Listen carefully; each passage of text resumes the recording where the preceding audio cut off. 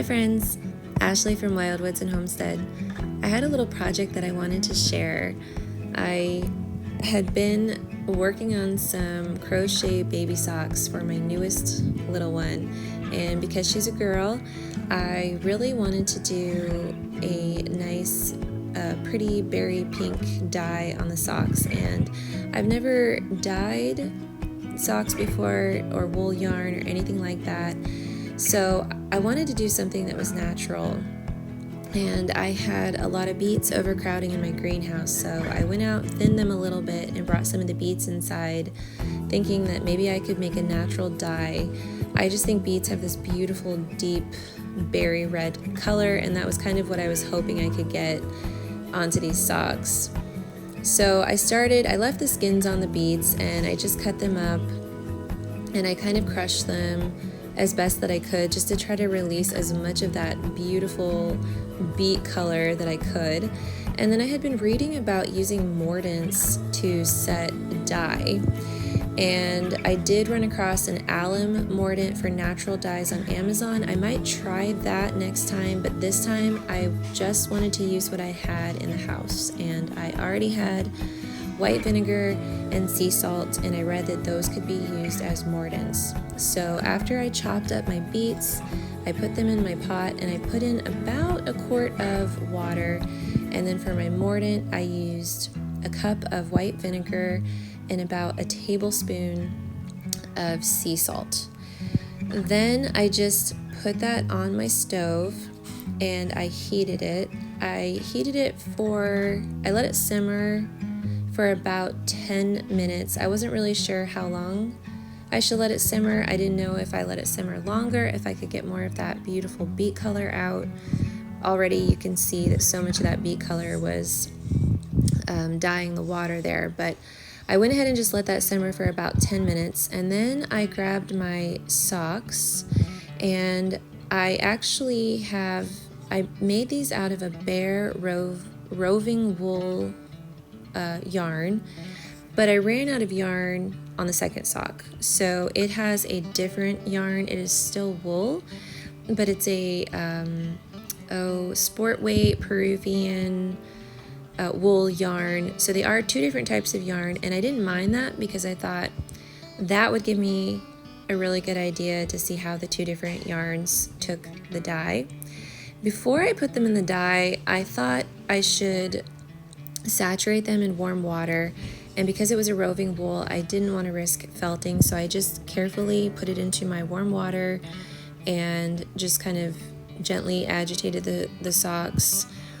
I was thinking that if I saturated them in warm water, once I put them into the dye might soak into the yarn better. I'm not sure. To me, it just seemed to make sense that they should be saturated before I put them into the dye. So I have my dye simmering on my stove, and I have this little steamer pot that goes into my Instant Pot, and it fits perfectly into this soup pan that I have here, a soup pot that I have on my stove. So I placed that into the dye, and then I just turned my heat off because I didn't want the simmering action to possibly felt the yarn. I didn't know if that would do that or not. So I placed my socks into my dye, and then I just put the lid on it, and I wasn't sure how long I should allow it to sit for. So the first time I set my timer for 30 minutes, have my lid on, let it sit, let it soak.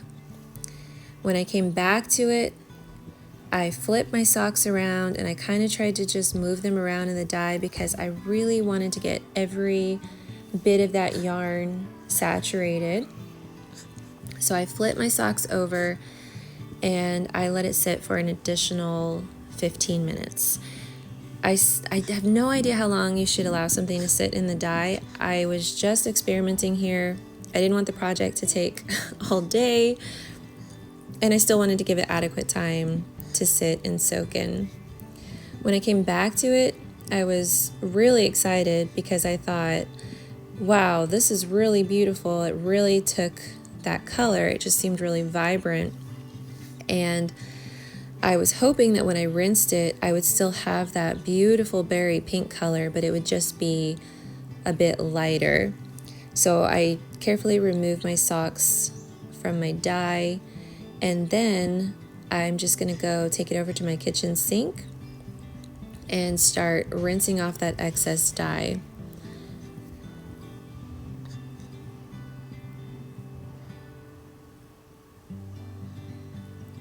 So as excited as I was, these are the results.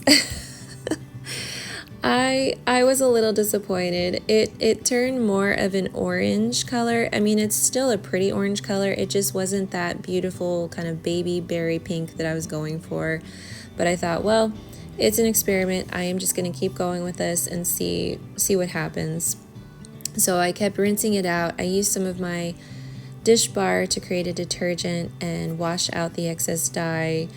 Careful not to overly agitate the socks so that they don't felt. And I just thought I'll just keep going with this and just see what happens. See when it dries what it might look like.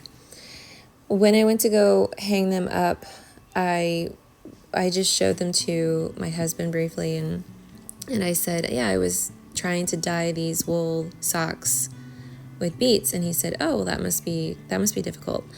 And I said, well, what do you mean? And he said, well, because the wool has the natural oils on it, the lanolin, so it would be difficult to get a dye to take. And it was kind of a light bulb moment for me, because I did wonder maybe if I had washed the socks beforehand with like a gentle detergent and tried to strip off some of that, the natural oils, maybe that would have made a difference. But I just wanted to show you the results of it against this kind of cream background, and you can see the variation in the yarn. The top yarn that is a different yarn, it did take a little bit darker, and it is pretty, but it's just not the berry pink I was going for. And then the rest of the sock was quite a bit lighter because that was the other yarn, the roving wool yarn. And then I'm just getting my little doll here and showing off these socks. They're still really cute, but I don't think I'm going to dye with beets. When our Saskatoon berries come into season, I think I'll try this again, but with the Saskatoon berries, and see if I can get a different result. And I'll probably wash my wool beforehand in a gentle detergent and see if I can just strip it a little bit better to see if it will take the dye better. If you crochet, I will have a link to the pattern in my description box. If you're interested in purchasing a pair of these, I will have them in my shop soon. I will have them in an organic cotton yarn, and then this beautiful Peruvian wool yarn. I do think I'm going to vary the pattern because I want it to be a little bit more snug around the feet and around the ankles. And once I get that varied pattern done, I can post that too for anybody that might be interested to make them on their own. Or, as I said, I will have these in my shop. If you want to check that out, I'll have the link to that in my description. Where is it?